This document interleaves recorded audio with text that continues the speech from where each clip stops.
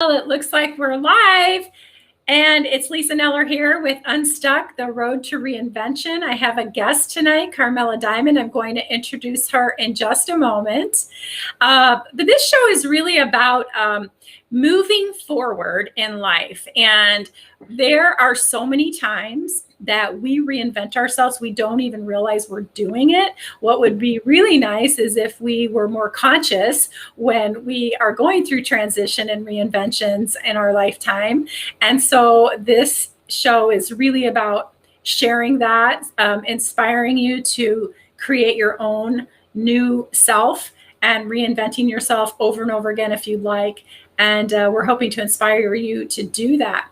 So tonight I have a special guest, Carmella Diamond, and I want to give you a little background about her. Now, I met Carmella, I want to say, and Carmella, tell me if I'm wrong, it was either a NAWBO event, or was it a NAWBO event? Yeah. North American Women's Business Association.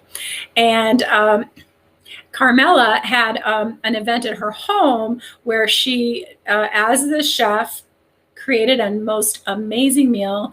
There were a bunch of us women there, and it was really delicious. And that was several years ago. Now, recently, my son was trying to come up with some kind of a fun and romantic way to celebrate his anniversary with his girlfriend, Emily. And so I said, call Carmella. Yeah. And it turned out to be a great move because they had the most special evening, and Carmella prepared all the food, and it was in a back patio environment. It was just lovely from what I understand. It was Yeah. very romantic. Very romantic. They're a cute couple, aren't they? All right. So Carmella is a celebrated chef, educator, and community advocate. Using the power of gourmet foods to connect people to each other and their community, she brings the kitchen table to life. Food is the secret ingredient. I think it's Carmella, but anyway. And her energetic spirit makes any experience unique. Now, Carmella is the recipient of multiple business awards for her leadership and contribution to the community. Carmella is a diamond girl. She has many facets, like a diamond. She is a dreamer, a lover of travel, and always looking for new adventures. Now, she started out training in computer science in college, and then she transferred to arts and cultural studies. Is this right? St. John's University Jesuit priests? In New York, yeah. In New York, okay. Chef Carmella also had a banking career in the 70s, which she said was a good career for women in the 70s. She was a homemaker for over 10 years in the late 80s, as was I. She has done many things, including working as an event planner and director of Southwest Events. She lived in Hawaii and worked as an event planner and director. She lived in Hawaii, I'm rereading, and worked for an international cargo airline. She eventually ended up back in Phoenix, where she worked for America West and then Phoenix Convention and Visitor Center as membership director. In 2007, Carmella started Savory Fare. She was creating music and cultural events and bringing her vision of gathering people at the kitchen table to share food, friendship, and diversity. Her list really is endless of all the things she's done, because she says every day is a new adventure, and people love to eat, and she loves to cook. So welcome, Carmella. Thank you. Thanks for joining me. It's a pleasure. Thank you, Lisa. Yes. All right. So tell us where you're from originally, where you live now, where you are now, all those things. And of course, we want to hear your reinvention story. So take your time. Okay. So you're looking at a New York girl. I was born in Long Island City on the other side of the tracks, looking at the UN building. And when I was growing up, I always wanted to be in New York and Manhattan. But we had this amazing view of the statue, was the UN building that was right across the street from the East River. And I always thought I was on the wrong side of the tracks. But what I learned through my life that I was on the right side of the tracks. I was born in an Italian family, close knitted. Church was the center of our universe, and it was like everybody knew each other. So the doors were always open, and they would say, "Hey, Evangelista, your mom's looking out for you. You got to come home to dinner. Dinner's waiting." So I grew up in that kind of environment. I thought, "Oh my God," was always surrounded by food.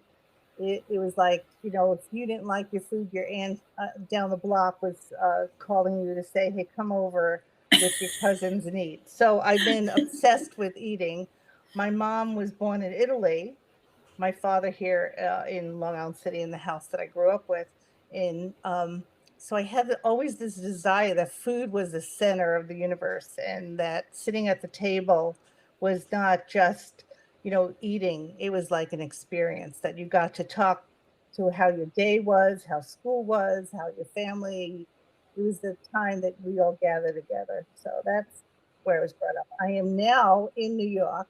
My boyfriend has a lake house. I know it's like 70 degrees now, and I am jealous. in the Finger Lakes. So it's wine country here. So there's a lot of wine tasting and stuff.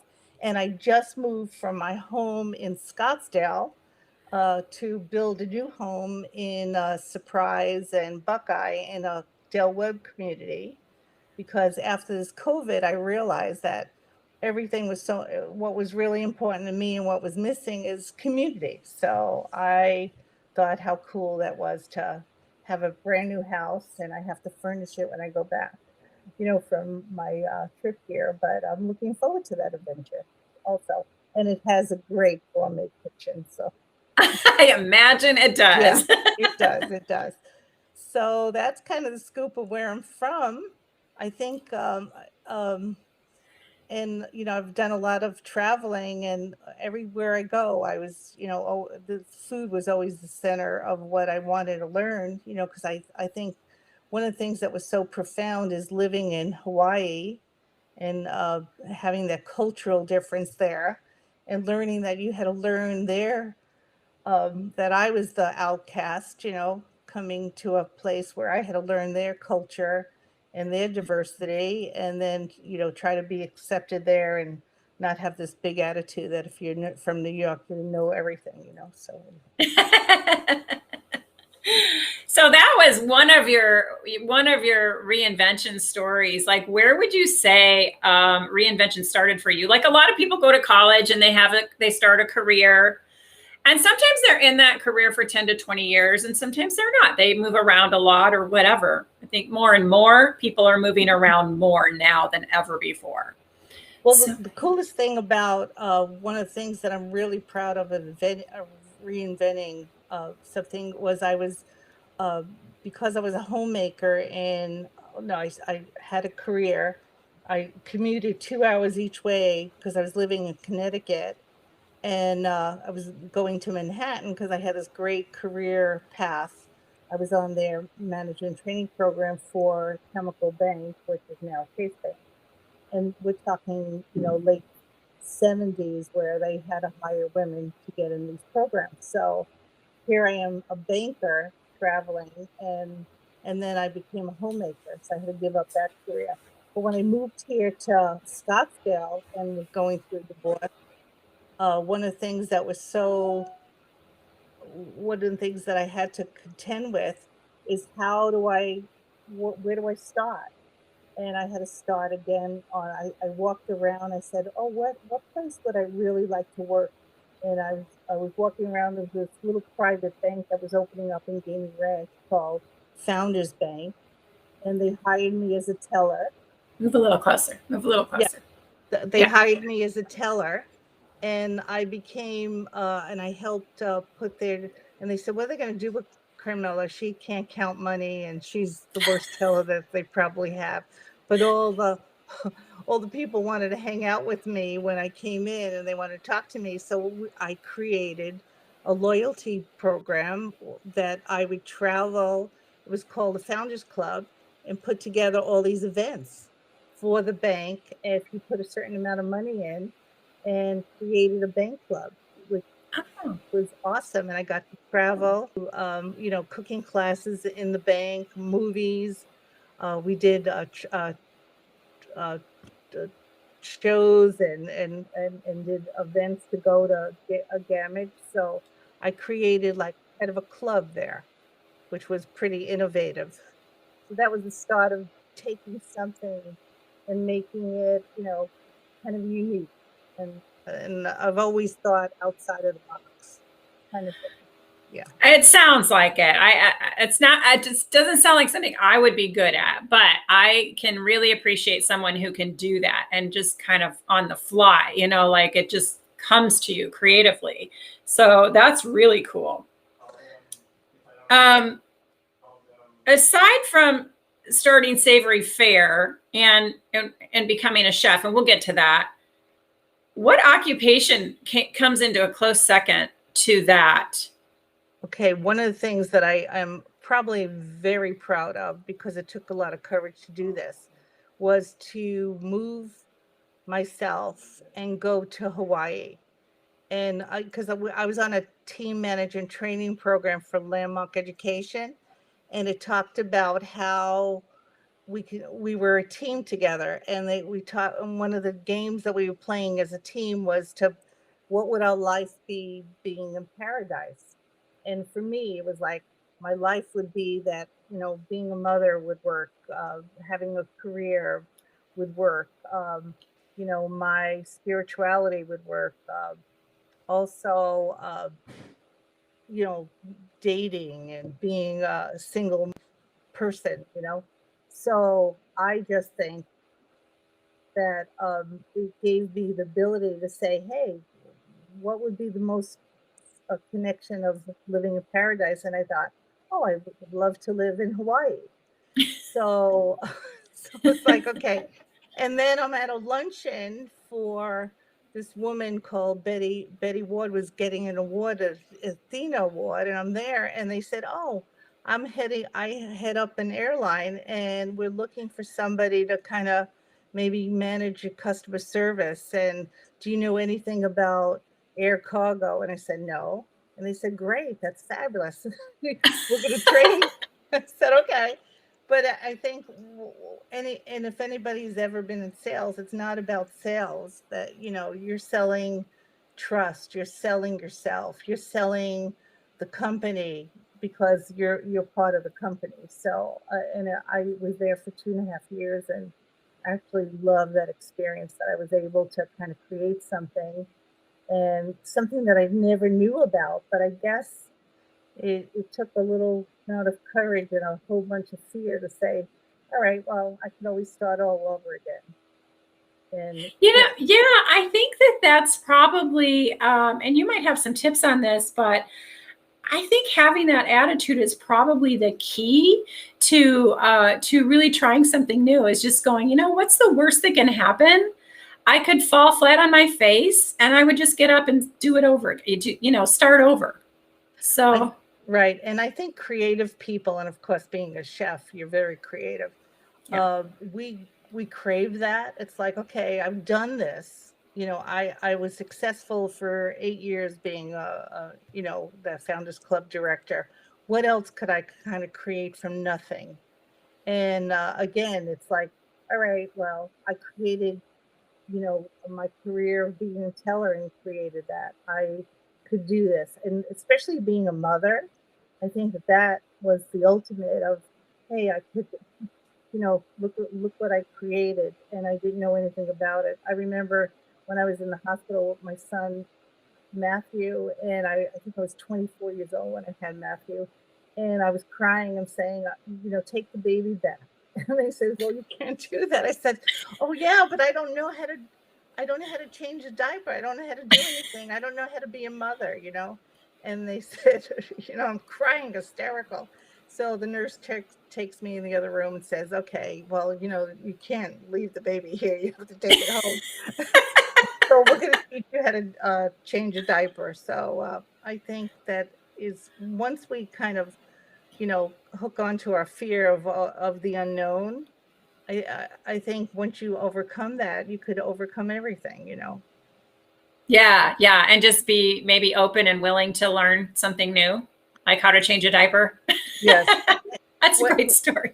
and what's cool about I'm 67 years old, and yeah, every day I'm learning. And the cool thing is that, I have two grandsons. Well, now I have three grandsons and a granddaughter, but they teach me, things that I would never know about computers and also on a program for ASU. They have a mentoring program for chefs and people in the hospitality industry. And I'm like, I'm this student right now. So it's like you're always the student, and even chefs think about that. It's like I always learn I'm always learning. The minute you say that you're the expert and don't have anything to learn, that's probably the mistake, because I always have things to learn. Yeah. We do until we're not here anymore. I think Yeah, there's, right. and we were having this whole discussion yesterday about um, what our definition of boredom is and how some people are bored. And I was like, I just don't believe people can be bored. Like, it's not, there's too much to do in the world to actually experience boredom. But that's another conversation. And also, that depends on how you define boredom and that kind of thing. But like, really and truly, there's so much to do in the world and so much to learn. Like, you can never stop. So that's cool. Thanks for sharing that. So what was I going to ask you? Oh, I wanted you to tell us how you what inspired you to start Savory Fare? Tell us what Savory Fare is. Okay, I will. And how you got inspired to do that. So we're at the dinner table with my kids, and we came up. I just completed 11 years ago having open heart surgery. So it was like this.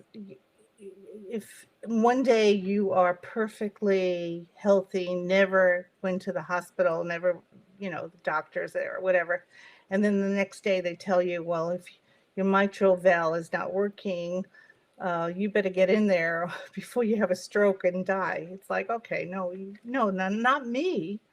And I went through that process, and it was a couple days that I was in there. And after I was, you couldn't work for 6 weeks or whatever. And I thought I wanted to make a difference then. If something happened, and it's literally, if anybody has had open heart surgery, they literally open your heart, put it on this, your body's on this cold workplace. It's like I've been on the program for Scottsdale.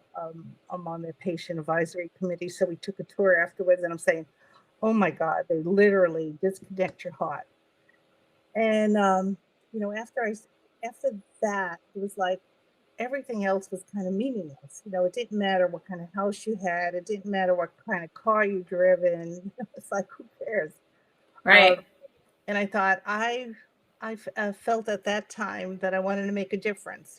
So I said, what is the one thing that gives me joy? What is the one thing that I absolutely love to do?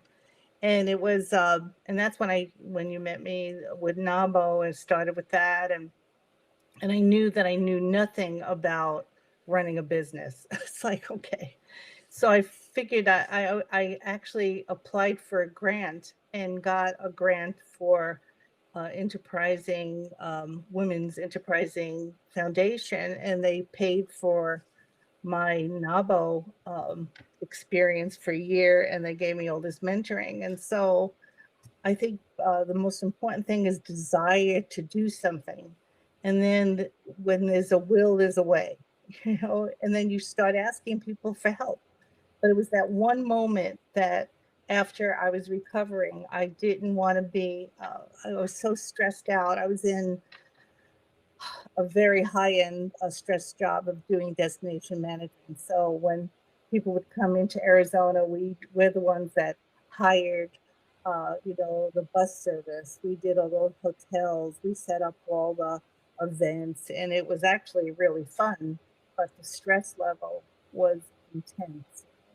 And I decided that that's not what I wanted. And it wasn't, I was being intense and my body was, getting all this stress here. And it wasn't even something that I owned, somebody else that I was making money for. And I was like, okay, well, if I got to suffer, well, not suffer, but if I have to work the rest of my life, I want to do something that I enjoy, that gives me joy.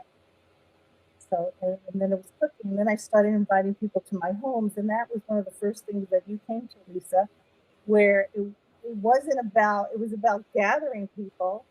And then all of a sudden people were really thrilled about what I was making and stuff. And then it became something about the food, and the experiences. And I would have these awesome savory fare was like, you want to savor your, your food, like I had when I was growing up. And it was like this, all of a sudden they were just eating. It was just about eating, and not savoring the food. And when you see it being prepared and you've partaken in it and you had, and I was explaining everything on my big counter in my house, and people were just enjoying it. They're saying, oh, we want your recipe. We want to do, could you cook for us? Could you come to our house? And basically that's how Savory Fare evolved. And then then I started doing, we had something called Cooking with the Godmothers. It was Cooking with the Godmothers. And I partnered up with Kathy Bua, who did her rum cakes and stuff. And we were doing this fundraiser. For one of the fundraisers that I was doing, I think it was leukemia. And they asked, I was at this in design center. They says, well, we would love to have you. We'll send you to school to learn how to use all these Gaggenau and Thermador appliances. And would you like to be our chef? It's like, oh yeah, okay, that's really cool. So it's like being out there. You just meet people. People get to know you. They eat your food or whatever they do, whatever you have to offer. You're out there and people get to see you, and just like you saw me, and then I said, oh, and your son said, hey, I need a chef. And you said, oh, well, I know a chef, Carmella. Yeah, Yes. Yeah. And I can tell you, I remember pretty much exactly what you served that day because it was so good. Now I'm just going to say it was lemon chicken and Brussels sprouts. And I know you had a salad. I can't remember what else. Was there wine? There might have been wine. Of course. There might have been some wine.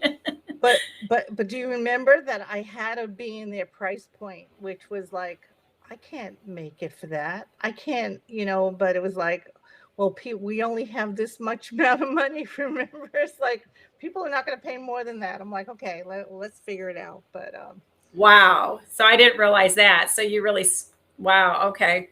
Yeah, but thank you for remembering that. That's probably my best recipe, is that lemon chicken. It's like people are like, oh my God, what'd you do to the chicken? Yeah.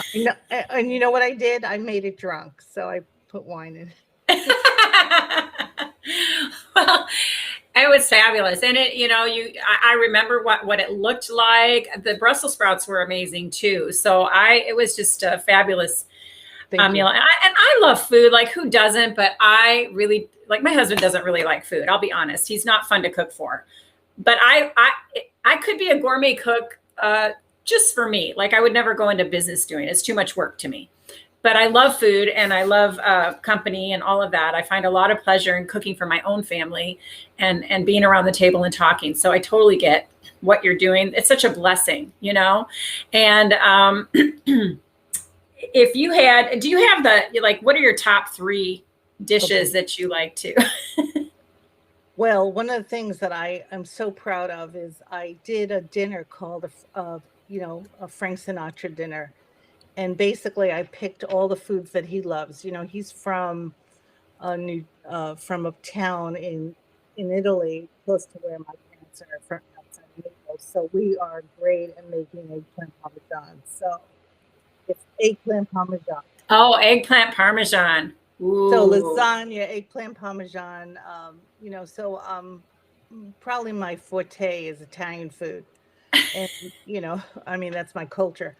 But Yes. I have done, we had an African event where we had these photographers that went to Africa and they did a film. And I actually learned about that, Africa and Italy are very close by.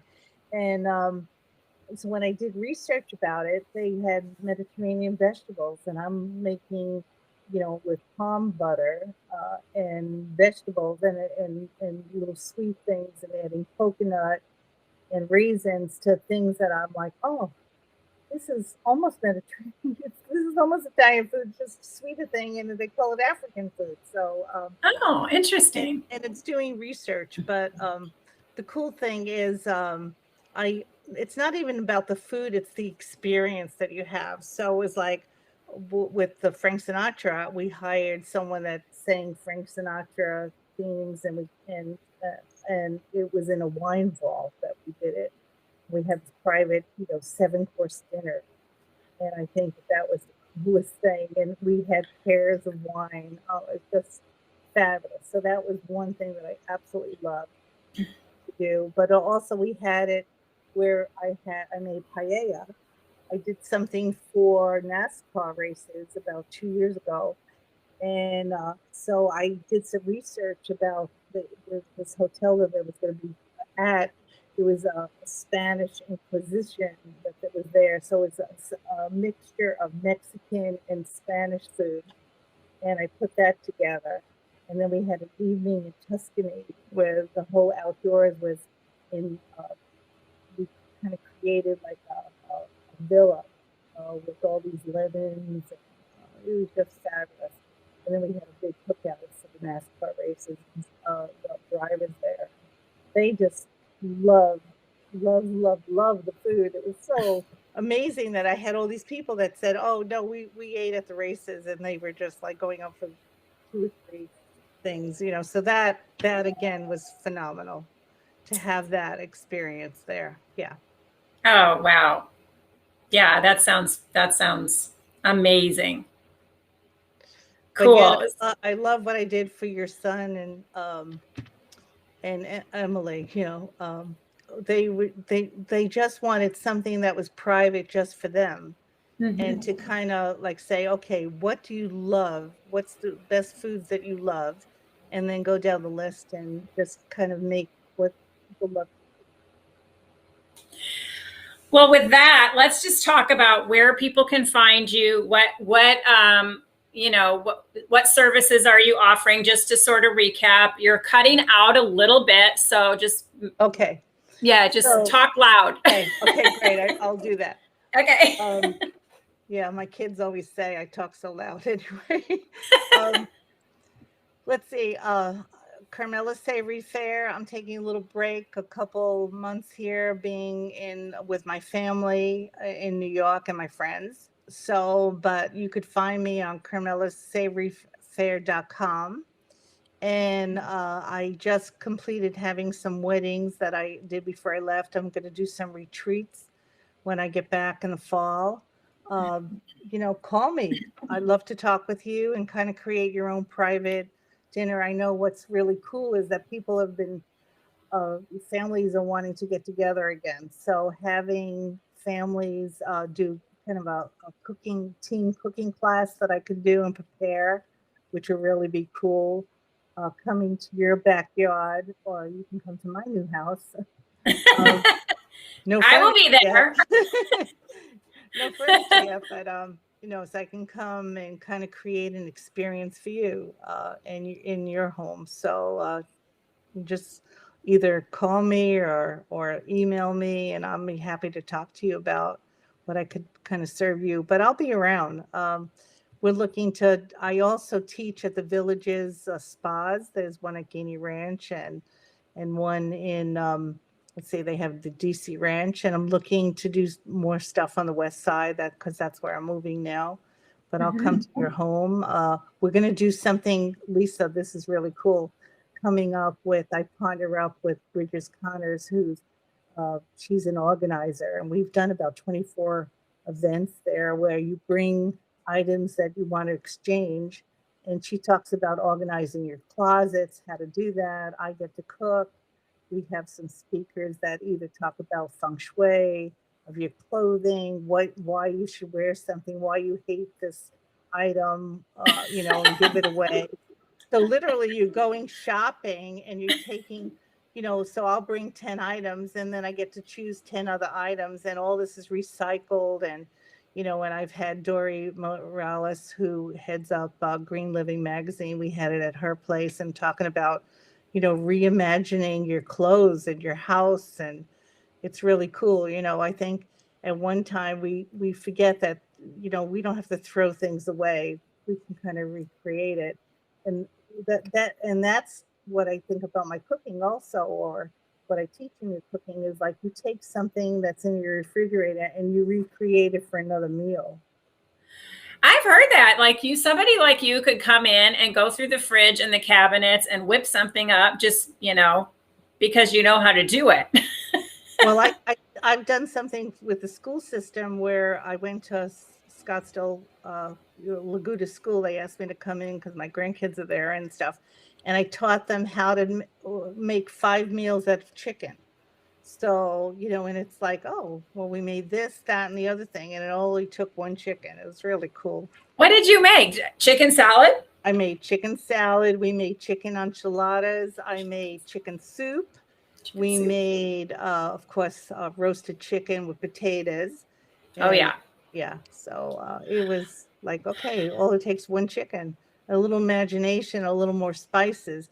And then, of course, I talk about, what spices, how to grow it, or how to spice the things up. But basically what I teach is that it's very simple. You just go to the market that day, get anything that's fresh. And that's probably the secret of my cooking is like, don't overcook anything. Just get anything that's fresh. It's going to taste wonderful. I made some beets tonight, and I like them al dente. I do not like soft beets, and my husband likes them soft, and I like them kind of like hard and with blue cheese crumbles on them and a little bit of walnuts, and anyway, we could talk food all night. Oh yeah, and I have a recipe. One of the secrets that I do when I'm roasting Brussels sprouts is you put balsamic vinegar and a little bit of sugar on the onions and stuff, and it caramelizes it. And it's like eating candy. It's really cool. So good. Yeah. Who thought we would love Brussels sprouts? And all of a sudden, but they look so pretty too. Do you put bacon in there? I try to do, because I'm trying to cook healthy, and what's interesting about it is when you have the caramelized onions, you really don't need the bacon. You don't need anything else. Right? Yeah. It's crispy, it's delicious and stuff. And that's what I try to teach is that, Italian food is a Mediterranean, it's olive oil, it's garlic, it's things that are fresh. So, it doesn't have to be fattening. Of course, if you have 3 bowls of pasta, that's the fattening thing. It's balance. We just have to find a balance. We can have our carbs, and our protein and all of that, but we should do it in moderation, probably. And when we talk about a favorite dish, I think one of my outstanding dishes is my tiramisu. Yeah, I love tiramisu. Oh, well, when I'm back, you're invited to my new house. How's that? Okay. I'll be there. Thank you. All right. So Carmella Savory Fare. I'm going to type that in the Facebook chat or, in the comments section. So we'll get that down. And look her up on Facebook and message her or whatever. She's very responsive. So Carmella, thank you so much for sharing your reinvention story and inspiring everybody tonight. I so appreciate it. I'm Lisa Kneller with Lisa Kneller Coaching. If you ever need help reinventing yourself, let me know. Just reach out. And thanks so much for being with us. You guys have a great rest of your week. Bye. Hang with me, Carmella.